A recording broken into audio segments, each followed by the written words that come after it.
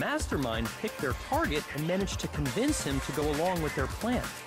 And then, to avoid the no accomplices rule, they simply killed their accomplice. Which, if true, means that betraying Hifumi was part of the plan from the very beginning. So what you are saying, then, is that I specifically chose to work together with Hifumi. The behavior they had in common has to do with the suspicious individual in the suit, doesn't it? The only ones who ever actually saw Robo-Justice firsthand were Celeste and Hifumi. I didn't even catch it myself when you first said it, but looking back, I can say that that one little slip-up was your undoing.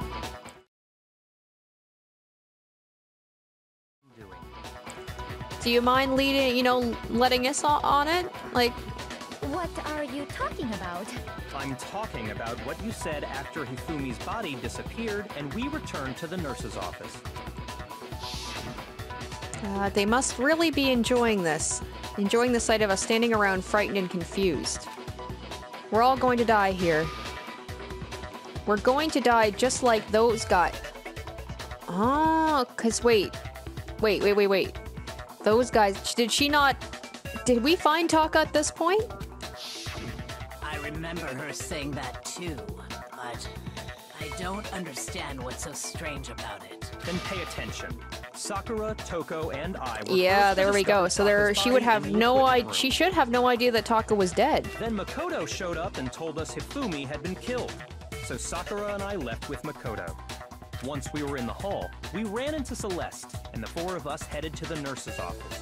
Now, the entire time we were together, none of us said anything about Taka being dead. Think about it. Celeste's comment doesn't make sense. It was completely out of place. Yeah, I see what you're talking about.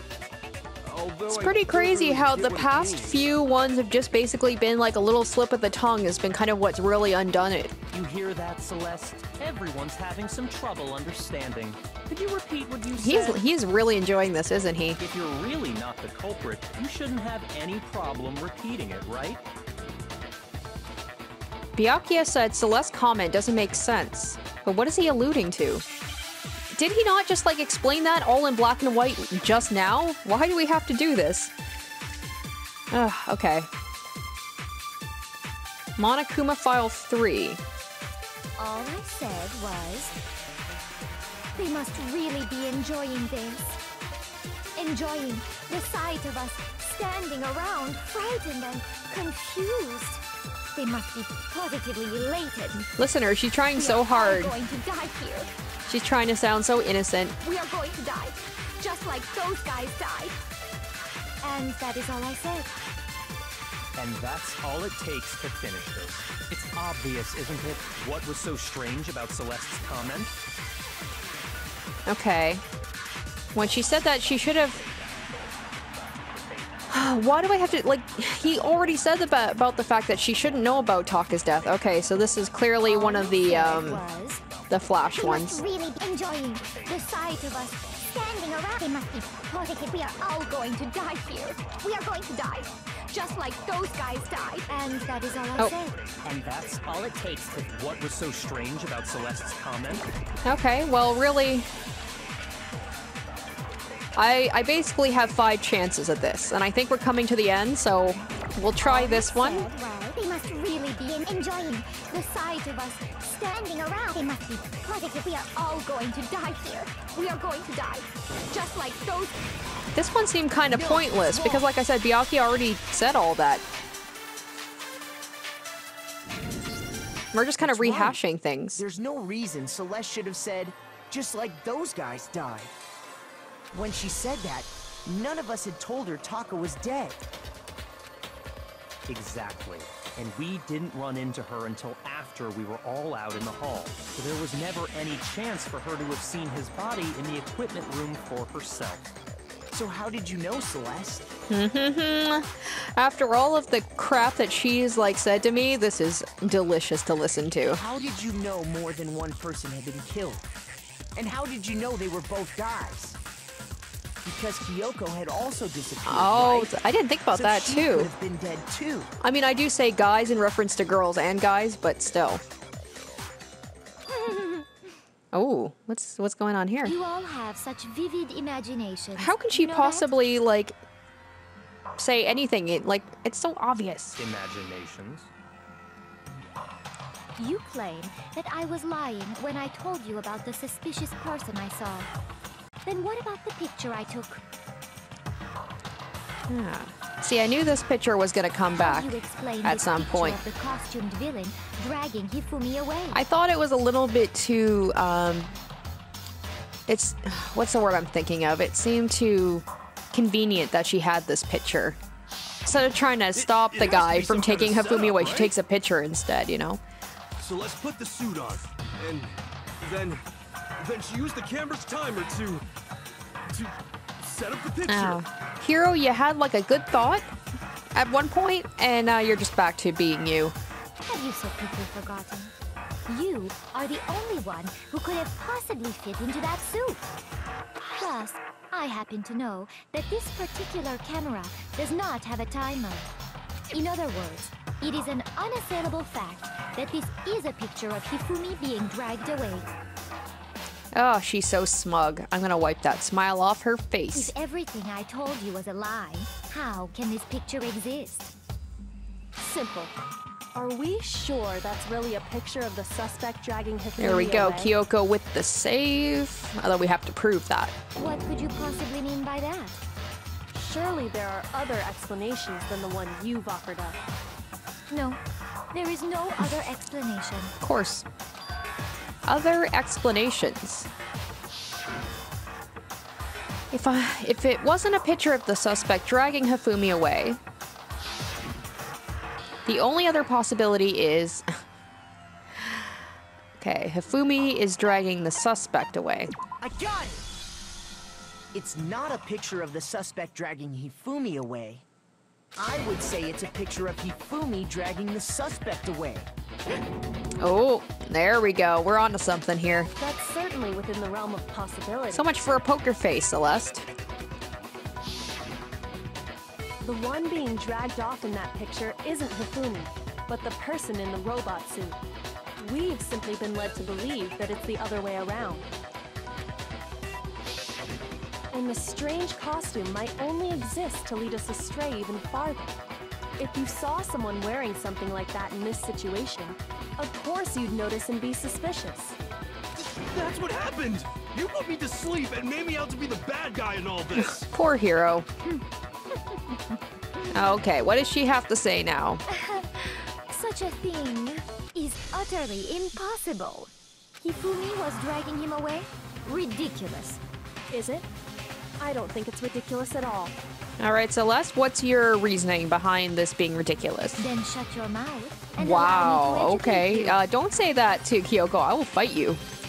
Celeste thinks she can prove there's no way Hifumi was dragging the suspect away. But is that really possible? All right, here we go once again. Oh, all right, there we go. Now we've got 3 choices here. I like this because I know it's got to be one of these ones. Dressed me up in that suit after I passed out. So it's Then you L1. just dragged me There we across go. Hifumi and had him carry my weight. You tried to make me look like the bad guy. Like I said, ridiculous. As you can see in the picture, the suspect is standing perfectly upright. If the person inside the suit was unconscious, there's no way they could stand up straight like that. Then the fortune-telling idiot is the culprit after all! No way! Man, people switch. Someone says one thing and then they just go back against everything that we just proved. Okay, if I remember right, Hina said, she couldn't bend it the way. They're giving me the answer again. All right, well, I guess we know which one it is. So it's got to be the Robo Justice costume, right? Or maybe it's the blue? No, it would be the costume. Okay. So it's a part about Celeste saying that you wouldn't be able to stand up straight, probably. The suspect is standing perfectly upright. If the person inside the suit, there's no way they could stand up straight. No, that's wrong. Oh, it's good to get back into my groove again after the embarrassment No. of the beginning Even of if this. the person inside the suit were unconscious, they could still stand up like that. Because that Robo Justice suit had a certain characteristic. No. Just, that picture is like work of art. You totally can't bend at the waist. Seems like a pretty obvious oversight. That's right! They totally made a mistake when they made it, so it couldn't bend at the waist. I'm not so sure that was a mistake. I think the suit was designed from the beginning to be used the way it was. It really is amazing how much effort was put into this whole plan.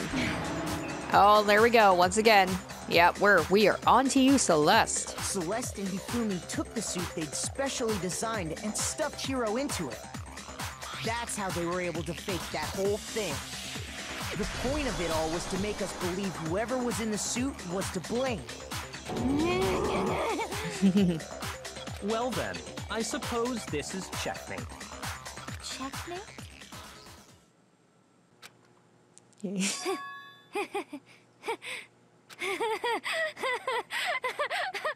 Don't make me laugh, you idiot!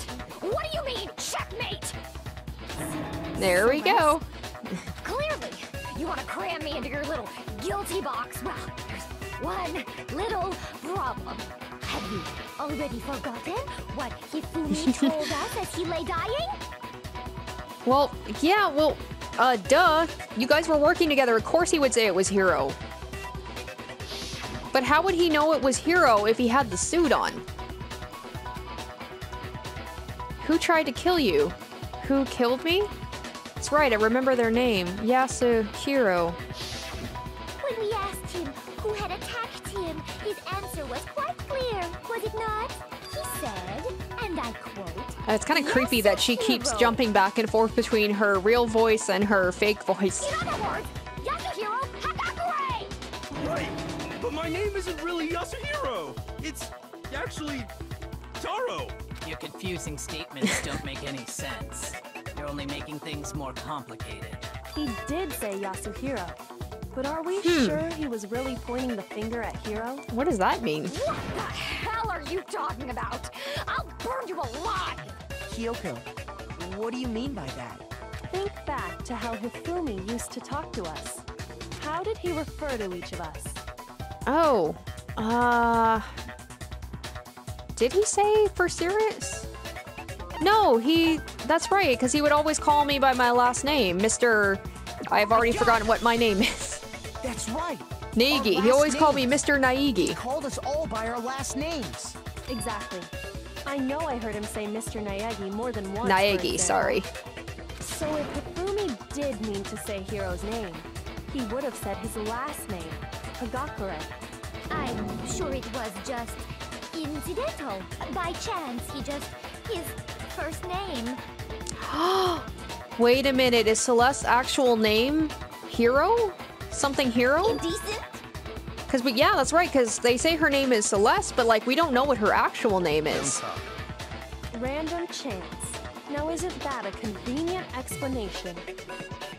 No, there's no reason to think he would have said the name any different than normal.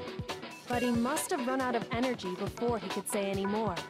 So Hifumi was trying to tell us the last name of whoever killed him? But the name he said doesn't apply to anyone here. Well, no. Hold on. There's one person it could apply to, and that's Celeste. She never actually told us what her real name is. What did you just say? To think you'd take your false accusation so far, I don't know whether to laugh or spit! Come on! Enough with your idiotic blather! Yasuhiro is a loser's name! Do I look like a loser to you? Well, do Wow. What? I think I've earned the right to be a little on edge. Okay, then fill us in. What's your real name? Fine. Make sure your ear holes are wide open and listen up! My real name is Celestia Ludenberg. Could you please stop making me repeat myself over and over again?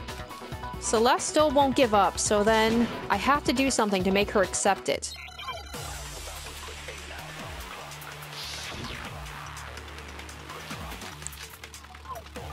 Okay, we got another one of the 3 choices here. Hifumi was trying to tell us something. He wanted us to know the killer's last name, Yasuhiro. If there's one person here who might have that last name. It would have to be you, Celeste. You haven't told anyone what your real name is. How many times do I have to Oh tell yeah, you? that's right, I can switch these up. My name is... Celestia Lodenberg, god damn it! How long do you plan to go on pretending? I love it when Master yells at people. It's What? the truth. And since you have no way to contradict me, That's the only truth there is! Moron! Okay, I think there is something here that shows its owners. All right, well, there we go. That's it. It's the handbook, obviously. Hifumi was trying to tell... He wanted us to know the killer's last... If there's one person... It would have to So be it's the you, one that says, How many times...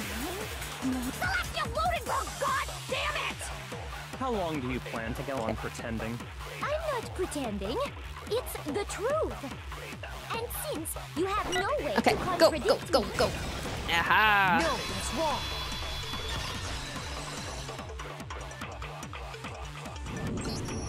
That's it. The handbook.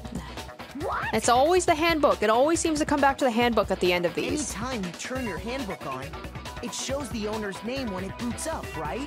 Monokuma told us all about it before. So just show us your handbook, and that's it.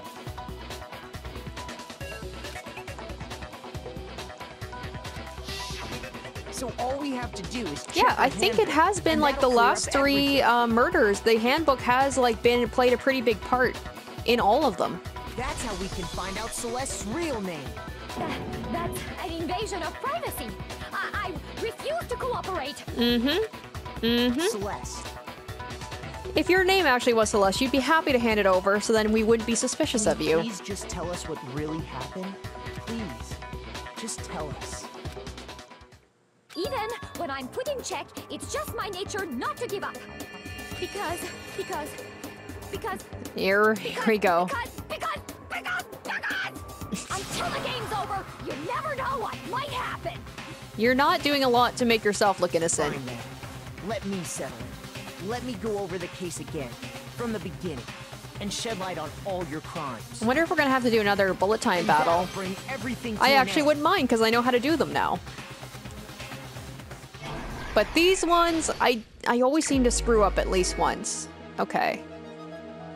Yeah. Oh, it's so creepy to see.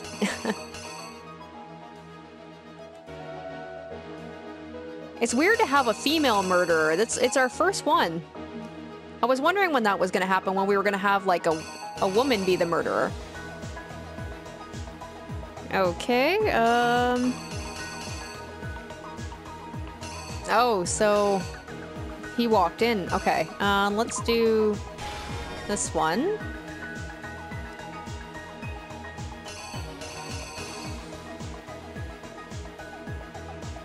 Okay, right, because he walked in...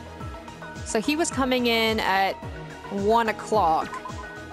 And then Taco was 6. So he walks in...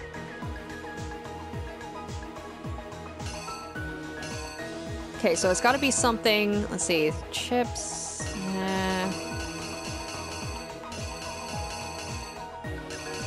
Okay, we'll do that one. Alright, so that's them putting him in the suit. And then she's gonna take the picture of him in the robo suit. Okay. This one would be, yeah, him looking at his watch, 6 o'clock.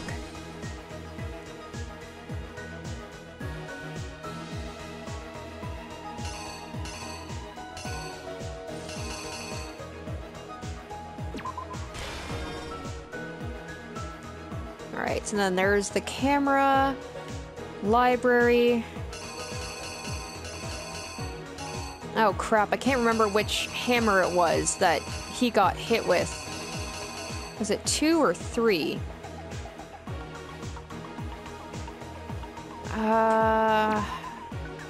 Is it 2?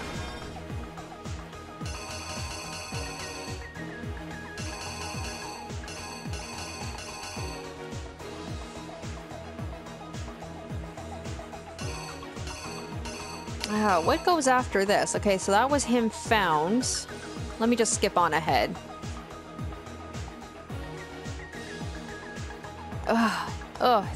So creepy, so creepy. Okay.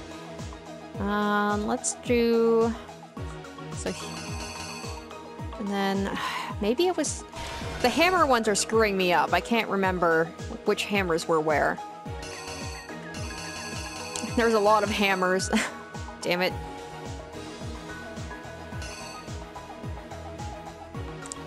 Alright. Is that him pushing the dolly? Okay, so we'll put that there.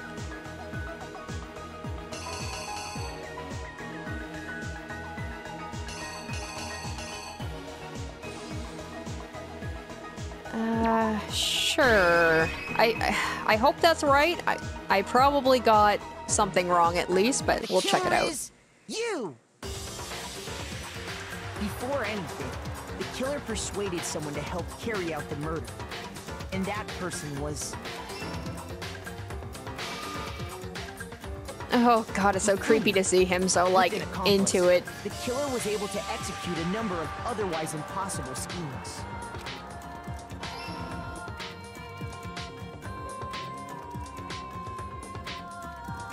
First, they convinced someone to meet them in the rec room last night at 1 in the morning. That someone they met with was Hiro. The murderous duo intended to pass Hiro off as the prime suspect. So when they met up with him, they drugged him, knocked him out, and stuffed him into the Robo-Justice suit.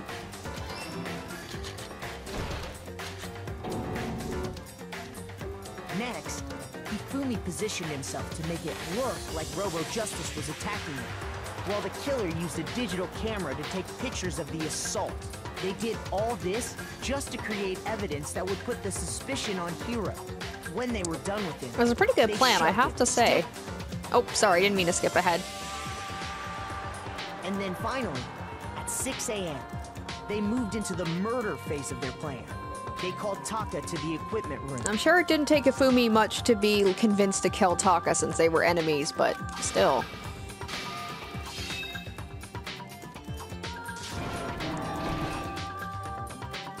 And that's where Hifumi killed him, making it the scene of the first murder. Oh, shoot. Oh, no, that was the wrong one. Okay, so that was Justice Hammer 4. Okay. I should have paid more attention to that. Okay, so, and I just realized that the hammer that I had was the, it was the one that didn't have anything on it, so that's the one that should be at the end, the one that Celeste used. Okay, it was literally right there. I should have paid more attention to it. Well, at least I know what to do for the next ones to make sure they're right. Except this one I can't tell. Okay, so Justice Hammer 2. I don't know if that was the right one. And I can't tell if that's the wrong... boy, okay, I just have to hope those ones are right. And then this one... Oh shoot, where's the... Alright, so there we go. So I just have to hope that the other hammers that I have are the correct ones. So that's 3. That's 2. So 4 is for that one. Alright. The killer is you! I always get at least one wrong with these. Making it the scene of the first murder. The murder weapon was Justice Hammer 4, which was left there in the equipment room. The reason Hammer number 4 was used was to create confusion about the order of the crimes. So, next they falsified 2 more assault incidents. For these attacks, the killers pretended to be the victims, to solidify Robo-Justice as the suspect. The first fake incident was the attack in the rec room. There, the killers wanted us to see Justice Hammer 1, and the Robo-Justice pictures they'd taken. Oh no, I have 2 there. We bought the surprise attack story. The Was there... second fake incident was the attack in the library. This time, they planted okay, Justice Hammer good. 2. I was like, I didn't see a Justice Hammer 1. To sell us that story. With these 2 incidents, the killers were able to create a certain preconception in our minds that the suspect was increasing the size of the hammers and attacking people in order as they did. We fell right into their trap and started looking for the suspect based on that. But... Okay, good. while we did that, we left Hifumi alone in the nurse's office. This was exactly what Hifumi was hoping for.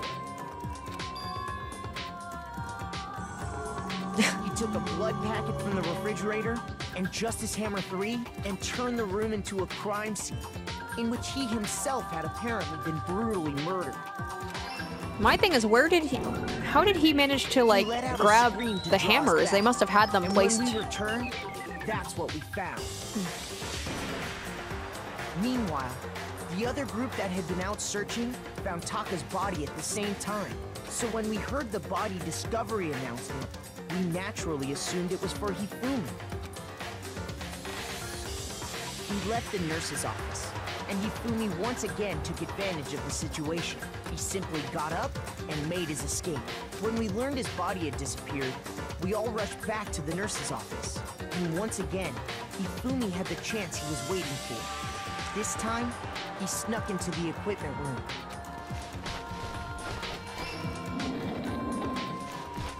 He wrapped Taka's body in a tarp and used the dolly to move it all the way down to the repository. That explains how each of the bodies disappeared. But even Hifumi didn't know what the true killer had in mind for their final act. Their plan all along was to kill Hifumi and get rid of the one person who could betray them. And they did it using an ordinary, everyday hammer from the repository. That should cover everything that happened in this case. And the villain behind it all is... Bum bum bum.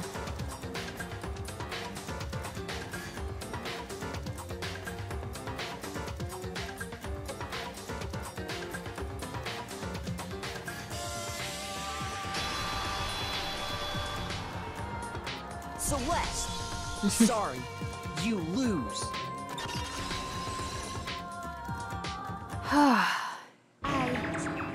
It's finally coming to an end. I am so curious about how she's gonna go out and what her... Maybe she had money trouble after all, because I'm wondering what her reasoning was for committing the murder. I lost? When was the last time I was forced to utter such words? They hang heavy around my neck. Then you admit it? You're the killer?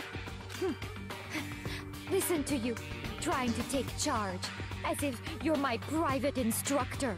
I, Celestia Ludenberg. Yeah, what's her actual name? Actually, no. Taiko Yasuhiro is fine. Is she related to... Taiko? So, you finally accepted it. I'm the kind of person, once I've lost, I don't like things to drag on. Interesting. It's so weird to hear her actual voice, like normal voice.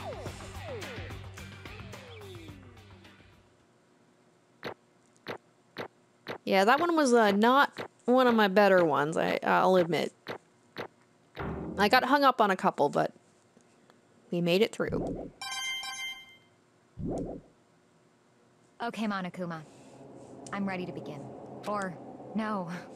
I suppose this is the end, isn't it? I want an explanation. It is indeed the moment we've all been waiting for. Time to vote. Okay? Okay. If you would, please locate your lever and cast your vote. And when the votes are tallied, who will become the blackened? Will you make the right choice or the dreadfully wrong one? All right, let's get this over with. As dark as it is to say, I also kind of like to see what the executions are going to be like, although I always regret it after I see them, because they're pretty brutal.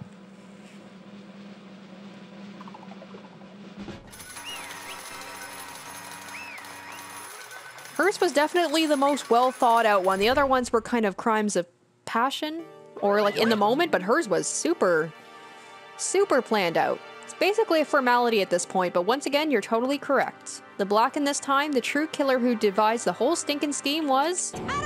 Celeste Lunenberg, or more precisely, Taiko Yashihiro. Honestly. I lost. Well, that sucks. I guess trying to work with someone else was a mistake after all. Hifumi's ineptitude was beyond all my calculations. I knew it. So you really did approach Hifumi with this plan. But how did you get him to agree? I can't imagine he would happily agree to commit murder. I'm sure she relied on her specialty, lying. My specialty? Don't make me laugh. I didn't have to lie to get him to agree. So then... Then did you use... you know. I knew you'd figure it out, Kyoko. You're absolutely right. To get Hifumi to act as my accomplice, I used her. For everyone who's still left, I'll avoid mentioning it by name, but... it was the one thing Hifumi and Taka were both super into. Oh, alter ego. Does she mean... is she talking about alter... I thought by her she was talking about, like... her parts? I was like, wait, Taka was into her too? Say what? What? What are you talking about? Just a second. Don't interrupt. We're in the middle of a very important conversation here. Oh crap, they don't know about alter ego, so they have to be careful. Because you don't want Monokuma to know about it. I'm totally out of the loop as usual. How sad. In other words... Then you're the one that stole it. Indeed. That's right. I see. And you used it to drag Hifumi into the plan you'd come up with. I just assumed because he had a crush on her that she just, you know, she said it and he was like, I'm into it. Last night, after we had our meeting about how it disappeared, I paid Hifumi a little visit. What are you doing here? Actually... I was hoping I could talk to you, alone. It is about what was stolen. I know who did it. What? What? Are you okay It with was this? Taka. He stole it. What? So And I then- have proof. Would you like to see it? As it turned out, I'd found a use for the digital camera. I'd taken you-know-what to Taka's room earlier and took pictures of it there. I deleted the picture as soon as I showed it to Hifumi, of course. Damnation! So it was him. But how did he do it? She was supposed to yell if either of us got close to her.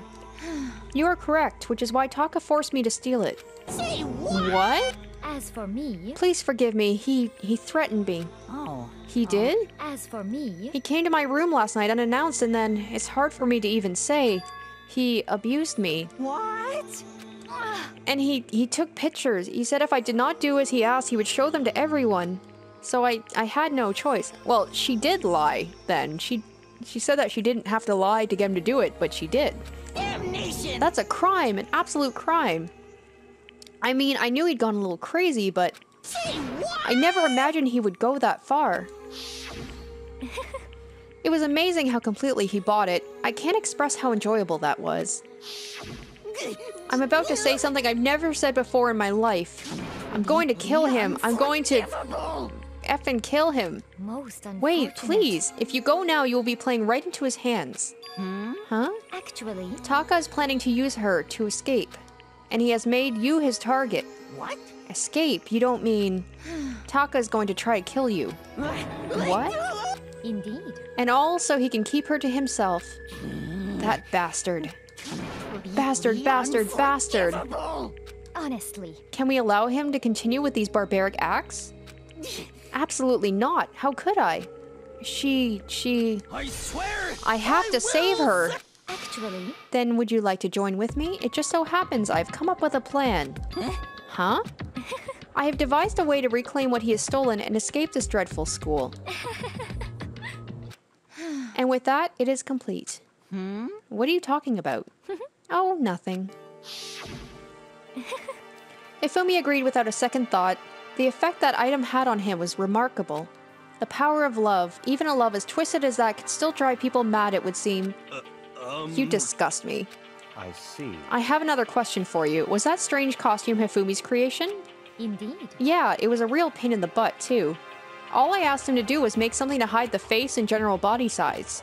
I had no idea he'd make something like that, but it's my fault for picking him in the first place. But... So why did you decide to make me the suspect? Because you're stupid. That's it? Let's see... And in that regard, I made the right choice. I'm so glad your stupidity surpassed my every expectation. Life must have been tough on your parents, though. I feel like I could cry. Well, But when you were explaining your plan to Hifumi, how did you explain the part about him playing dead? What she's asking is, what was Hifumi supposed to do after that, assuming you'd actually let him live? Are you okay with this? That's simple. After he did his part and pretended to be dead, once someone showed up, I told him to say he'd been seriously wounded. He was on the verge of death, but he just barely held on. And he really believed that? Well, of course, that wasn't all there was to it. As I explained it to Hifumi, the plan was, while you were all questioning him about what had happened to him, I was going to murder someone else. At that point, Hifumi would have an alibi, so nobody could doubt him. I told him that, and he believed it. It all seems very straightforward, stereotypical. I just matched the lie to the level of the opponent. In fact, Hifumi ate it up. He believed the lie wholeheartedly right up until the moment of his death. So in the end... So you'd planned to kill him all along. But of course, there would have been no point to my life if the one who pretended to be dead did not end up dead himself. What the heck? How can human life mean so little to you? Well... That's a non-issue. I simply did everything in my power to win. Don't be mean! Now you sound like Byakuya. I wonder about No, that. he derives his pleasure from the thrill of the hunt. In that aspect, we are nothing alike. Why? Then what made you take things so far? What the heck? Was it really just for money? Are you talking about the $10 million Monokuma offered us? That is a lot of money, it's true. But that's not all there is to it. From the moment our new life here began, my only thought has been escape. But all along you've been saying how we have to accept living here. You little bitch! Obviously that was a lie. Hey! I couldn't take it. I hated it from day one. More than anyone else in here. I wanted to get out. Every day was fresh torture. And do you want to know why? Huh? This is fine. Because I had a dream. And accepting a life here would have meant nothing less than giving up on my dream forever. Honestly. And there was no way that I could ever do that. In the underground world of gambling, I risked my life to make a metaphorical killing. As for me... And it was all for that dream. Oh, don't make us feel bad for Celeste right before she's about to die. What was this dream of yours? Isn't it wonderful? To live in a European castle. Oh, okay, well. A castle? Okay, I don't feel so bad after all. And to gather handsome men from all over the world to serve as my butler/bodyguards. I was going to make them dress up like vampires and satisfy my every need. Once I attained that, I would have created a perfectly aesthetic world of decadence. This is fine. Living the rest of my life there was my only dream, my only goal. That is what life is all about. Okay, all the other ones were all like, you know, they had tragic backstories and she just completely hedonistic. Combined with my own winnings, Monokuma's $10 million would have made that dream a reality. I got right to the edge, but... There is nothing to be done. Unfortunately, my dream has been scattered to the wind. Still, I don't have any regrets. I pursued my dream till the very end, so why would I? Just the worst. You sound so passionate, but you were really able to kill your own friends for it? Oh. Are you asking me to feel guilty? That's a pointless endeavor. I think nothing of sacrificing others for my own ends. I feel nothing. Do you understand? That's all there is to me. That's what makes me complete. Isn't it terrifying how different our values are? There's simply no room for understanding. What is this? That's what we should be saying, and plus, how can you be so calm? Don't you realize you're about to die? Why aren't you— oh, poor Hina, even though Celeste's been so bad, like horrible to her, she's still upset for everyone. Why aren't you scared? My ability to lie is unrivaled, and I take pride in that. It's not just other people. I can even fool my own emotions. The conscious deceives the unconscious. And that's why you're not scared? Yes. That's indeed. right. I don't fear death. Kill me however you like. But you know, if I could be reincarnated, if I had a choice, then Isn't it wonderful? I think I would like to come back as Marie Antoinette. Or Marie Antoinette. You just get executed again. Celeste smiled then, and when she did, it looked to me like a poor effort to force it. She claimed she could fool her own feelings, but that statement itself must have been her final lie. And that weak, fake smile is what betrayed her. Thrills, chills, You all done? kills! All right, let's get rolling. The block can disturb the peace and must pay the price. Now then, I prepared a very special punishment. For her, the ultimate gambler. Let's give it everything we've got. It's punishment time! I guess I'll let Kyoko hold on to this. What? This is... Will it really give you the hope you're looking for? I can't say I ever saw it that way. Which is why... Actually, it's not important. Well then... Take care, everyone. Perhaps we'll meet again. in another life. Alright, how's she gonna go?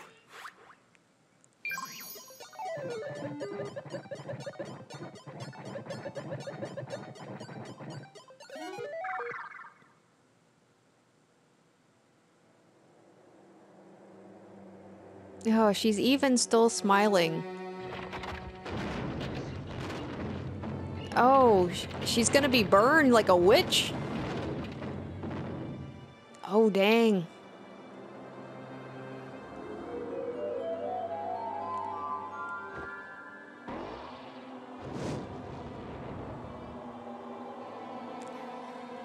Oh, I'm trying to think, like, so far of all of the murders, I feel like this might be the worst, because I've heard that, like, burning to death is one of the most painful, awful ways to die.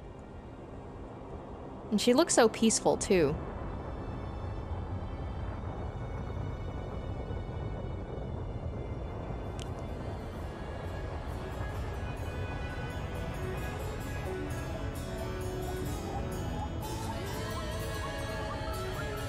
Oh, God.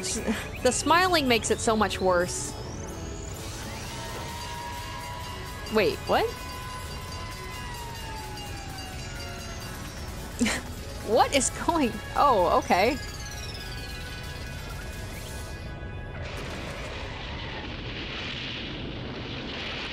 Oh, so... She burned and then she got smashed by a truck. You know what? I think I would actually probably prefer getting smashed by a truck and just ending it like there. So maybe in a way Monokuma was actually giving her some mercy.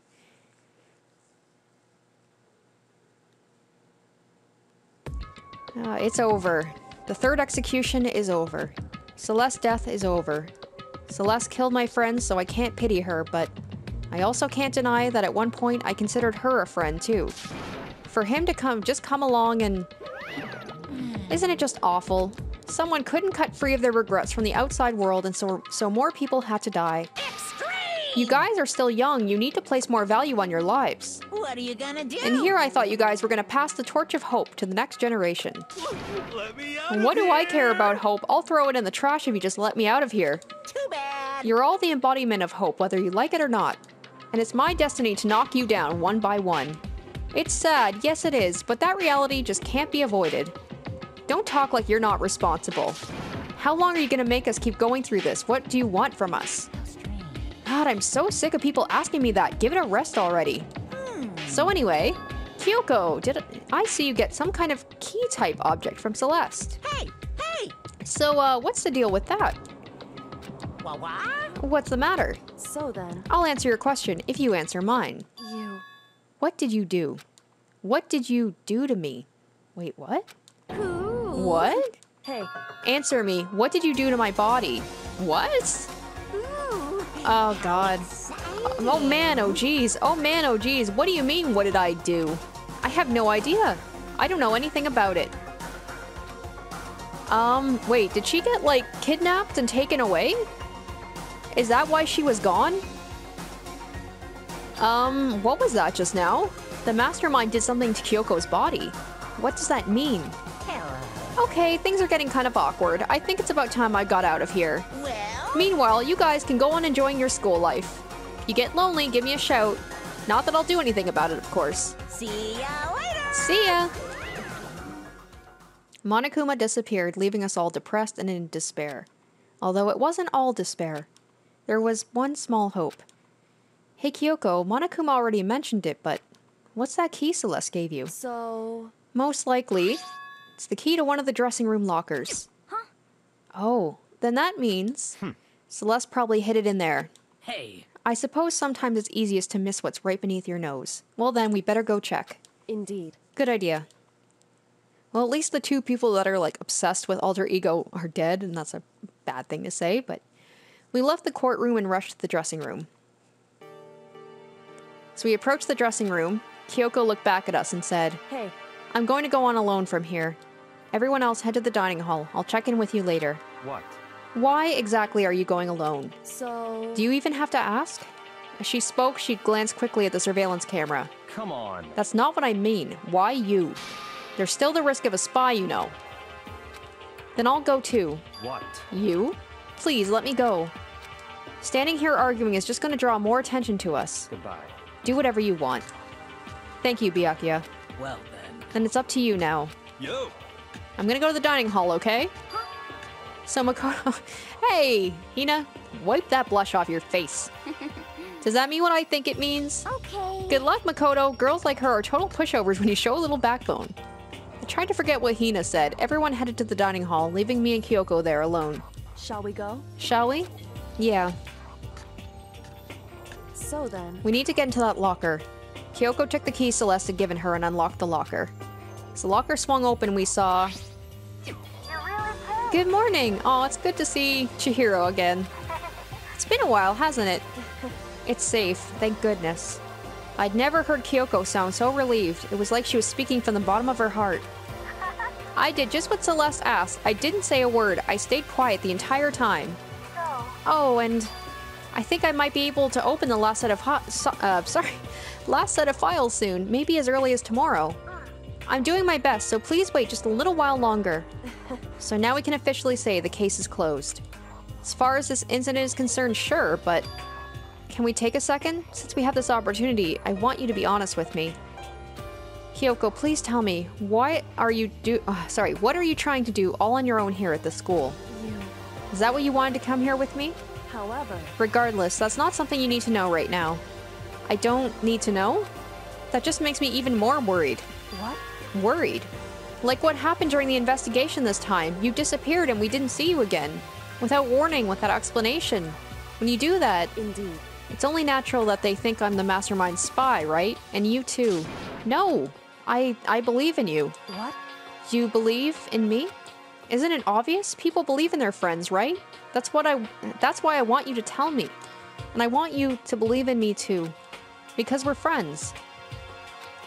I understand. It's true. Then maybe I can believe in you. Just a little bit more. Then... That's fine. Fine, I'll tell you. I'll tell you why I've been disappearing. And where I've been going. You see... Bum bum bum. What I heard from Kyoko then was... Well, frankly, it kind of blew my mind. Right after I told Kyoko I believe in her, she told me a story that was, well, almost unbelievable. I decided I had to confirm what she told me with my own two eyes. So I waited for nighttime to come. And when it did, I went into action. Oh boy, this is going on for a long time. Whew. Correct. The boys' bathroom on the second floor doesn't have a surveillance camera or monitor in it. And in the storage closet there, way in the back. She said it was way in the back of the boys' bathroom storage closet, but could Kyoko really be right about this? Alright, well, only one way to find out. The boys' bathroom storage closet, though.